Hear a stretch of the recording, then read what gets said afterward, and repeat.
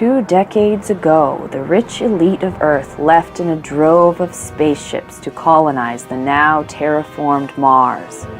The remaining inhabitants of Earth slowly died due to lack of resources, except for a few thousand hardy Homo sapiens. These people were nomadic tribes, endlessly wandering the Earth, scavenging for what resources remained. One such tribe was the Mais.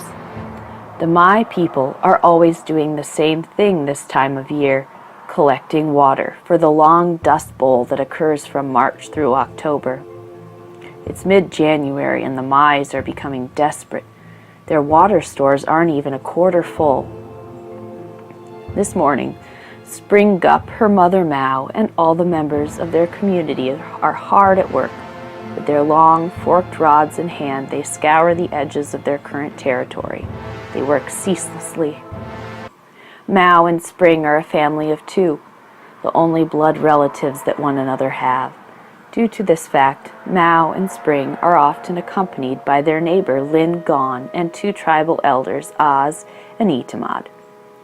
Spring is 15 and about to be initiated as an adult in her community. Her mother, a woman with eyes as kind as her soul, is 32. Oz is a spunky, wiry woman of 41. Itamad, age 62, is slow and precise, his brow often furrowed because he is deep in thought. Lin Gon, 36, is a strong but quiet musician. She allows her instruments to say what her voice cannot.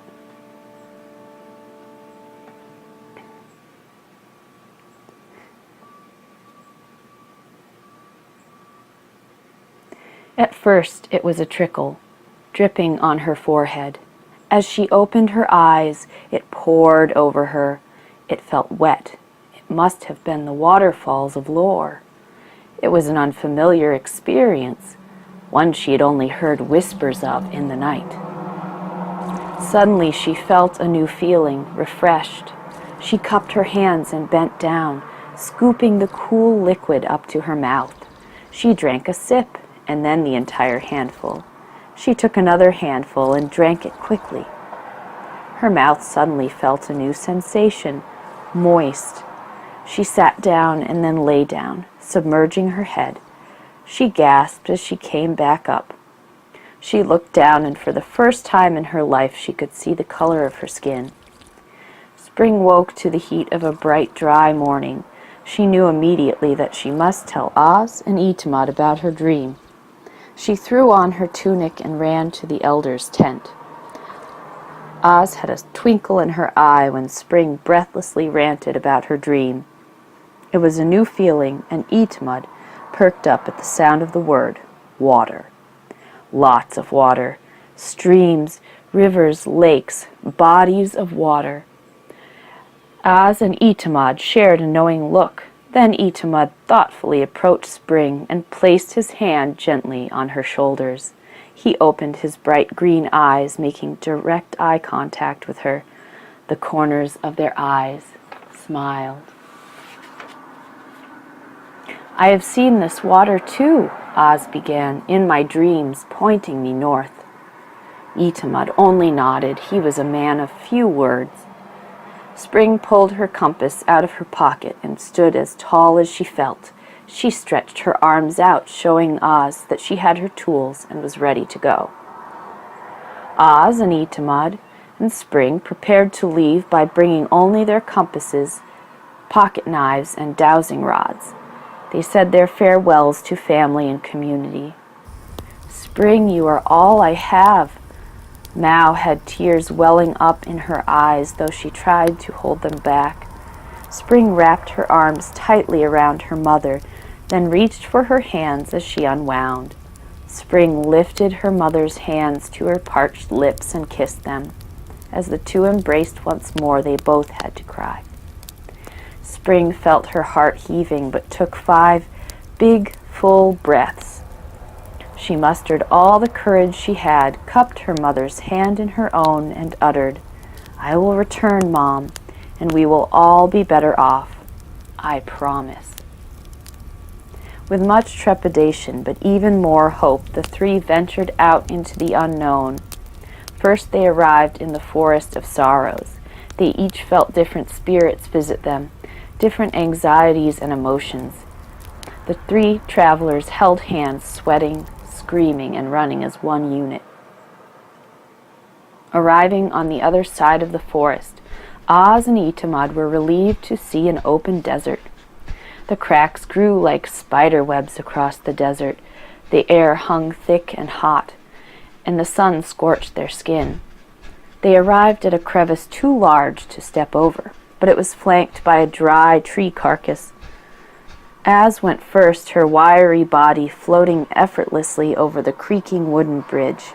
Spring stepped on second, then stopped and turned around. She faced Itamad and extended her arm to him. Together they scaled the log bridge sideways. They could hear the molecules of the tree groaning under their weight, despite the fact that not one of them weighs more than 120 pounds. Later in the day, a low growling begins to rumble across the gaseous plains. A pack of wolves appears out of the dust, teeth bared, mouths foaming. Itamad does his best and defends himself bravely until Spring jumps in front of him and beats off two of the wolves with her sticks and knife. After the scuffle, all the wolves lay dead on the ground. Oz, Itamad, and Spring ripped off their legs and ate them because they were very hungry. Later that night, Spring is asleep when she has a vivid dream of her mother. She is crying. Tears roll down her face. She can sense her mother's heart beating, and she takes a breath. Her mother opens her mouth and states, "Please come home, Spring. I'm worried about you." As Spring was having this anxious dream, Itamad couldn't dream. He felt compelled into the woods. In the woods, he hobbles slowly and then stops. He hears a low rumble, then feels the ground quake subtly.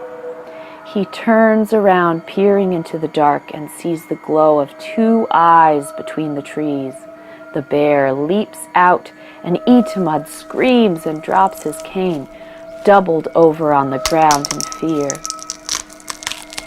The bear growls, draws his claws and teeth, then sinks them hungrily into Itamad's frail body. Spring and Oz awaken to see that Itamad is gone. They search the woods for him, but find only a pile of bones and drying blood. The two women are distraught at the loss of their mentor. It was particularly traumatizing to have discovered him like that. They collected what few bones they found of the kindly man and felt more determined to succeed. As they continued north, the ground turned brown and the air became cold. Oz and Spring only wore tunics and pants and were therefore not prepared for the cold. It was a new experience for them. They noticed the feeling in their fingers and toes diminishing when they finally arrived in the location where the water should be, the furthest spot north. They don't see or feel anything but exhaustion. Spring has one last outburst of frustration and screams to the heavens. Oz simply stands stoic, hands folded in front of her. She can't fathom what to feel. Both women look up to the sky and become mesmerized by another thing they haven't experienced, the northern lights. Slowly, the two women begin to feel amazed and overwhelmed. Then they are struck by a beam of light. Both women are hovering in a beam of light when water begins to pour around them. "This is it," Spring screams out. "It is the waterfall from my dream." Oz is awestruck and speechless.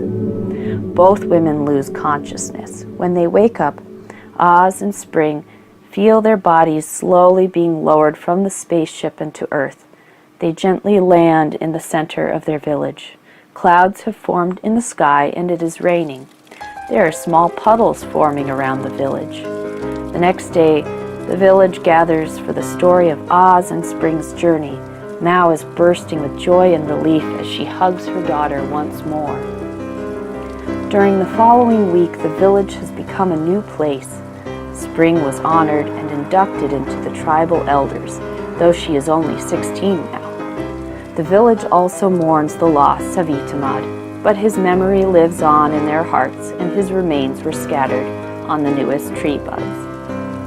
Grass is growing everywhere, and the earth begins to hum with insects and animals once more. Food is easily planted, and trees pop out of the earth every day. The few hardy humans who were left on earth are now thriving. They swim and bathe, drinking water until their mouths are moist and feel refreshed. Everyone knows the color of their skin because it isn't covered in dust and dirt.